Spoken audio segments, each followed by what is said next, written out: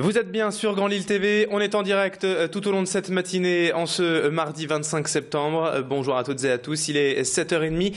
Voici tout de suite un tour complet de l'actualité de la métropole lilloise.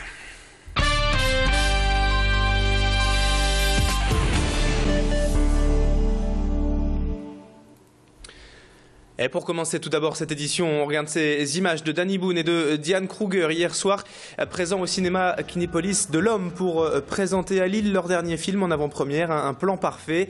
Et c'est devant un public nombreux et très chaleureux que la star nordiste a monté les marches du Kiné hier soir. Danny Boone, natif d'Armentières et local de l'étape, a été particulièrement acclamé par les spectateurs qui ont eu le droit en retour à plusieurs minutes en sa compagnie pour une séance de photos et d'autographes. Le public présent a ensuite pu découvrir le film en avant-première. Un plan parfait sortira le 31 octobre prochain et on ne manquera pas d'en reparler sur Grand Lille TV. En attendant, on écoute Danny Boone à propos du film. C'était hier après-midi lors d'une rencontre dans un grand hôtel lillois avec Hélène Sis. Danny Boone, voyez, qui s'est impliqué notamment pour des cours de danse dans ce film. On regarde. J'ai passé plus de 2 mois à travailler la danse russe, ouais, avec 2 coachs. La première, deux Russes, donc la première qui me tapait. Donc j'ai dit, mais elle me tape. Elle me tapait vraiment. J'ai l'habitude de taper ses élèves. Donc j'en ai changé. Et puis après, voilà, j'ai travaillé beaucoup. J'étais angoissé parce que Pascal Chomet, il voulait absolument qu'on tourne dans la continuité. Donc il fallait que je danse toute la danse avec les pas, les contretemps, les trucs en entier. Je casse tout, je suis vraiment invivable. C'est amusant. Isa, qu'est-ce que t'as foutu avec le shampoing et la pub? Merci. Je lui fais les pires horreurs. Et lui, il me regarde avec ses yeux de labrador. Comment j'ai pu croire qu'une fille comme elle s'intéresserait à un type comme moi? Je dois être un petit peu con. T'étais au mauvais endroit, au mauvais moment.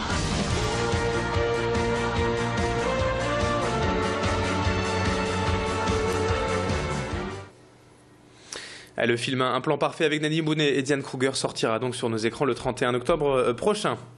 Dans ce journal, on évoque également à la une le Conseil de développement de Lille Métropole qui tenait hier soir son premier café-débat placé sous le thème de la ville du futur. 180 citoyens lillois et de l'agglomération siègent à ce conseil régulièrement et donnent en fait leur avis et leur vision de la ville pour les prochaines années. Leurs propositions sont ensuite transmises aux élus de la communauté urbaine dans un but évidemment démocratique.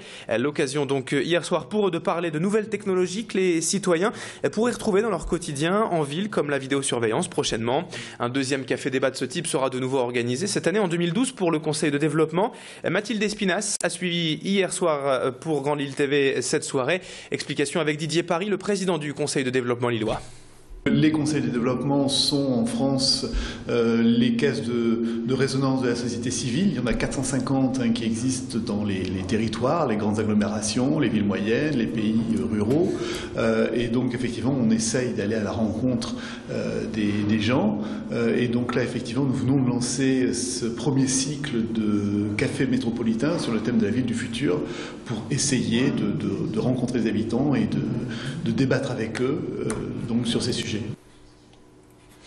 Également à la une de ce journal ce matin, dans l'actualité sociale, le tribunal de commerce de Lille a prononcé hier la liquidation judiciaire de la société nordiste Alural, spécialisée dans le laquage de profils en aluminium et basée à Salomé, près de la Bassée. Les 38 salariés d'Alural n'ont appris il n'y a qu'une semaine la tenue de cette audience et ont donc décidé hier en réponse d'occuper leur usine, leurs locaux jusqu'à nouvel ordre pour maintenir l'outil industriel sur place, selon leurs explications, en attendant également un éventuel repreneur.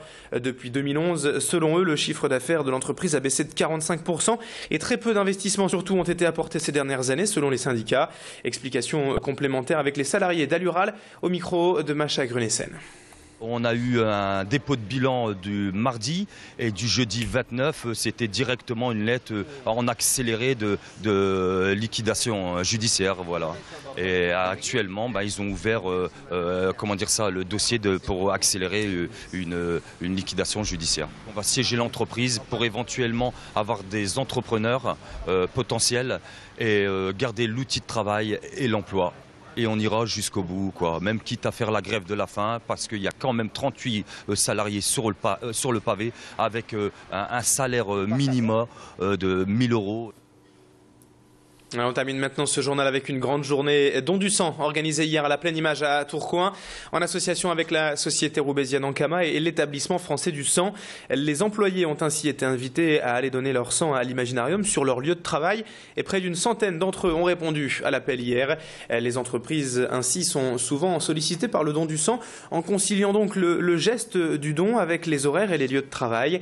Ainsi, ceux qui n'ont jamais le temps d'aller donner leur sang ont la possibilité ici de le faire sans se déplacer.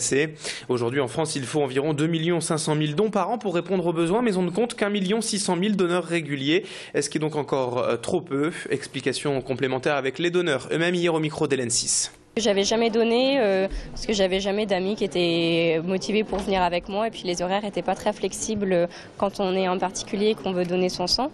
Du coup, d'avoir l'initiative dans l'entreprise, ça m'a aidé à passer le pas et du coup, à chaque don qui se fait au sein de l'entreprise, je m'inscris. Moi, j'avais jamais donné mon sang avant et puis du coup, ça m'a motivée parce que je me suis dit c'est l'occasion. En plus, après, nous, une fois au boulot, il n'y a pas besoin de rattraper les heures ni quoi que ce soit. Enfin, tout est fait pour nous donner envie d'y aller. Et au moins, il y a du monde, quoi, parce que entre collègues, on parle beaucoup plus que si chacun était dans son coin à vouloir donner son sang, quoi. Donc, c'est pas mal, c'est une bonne initiative.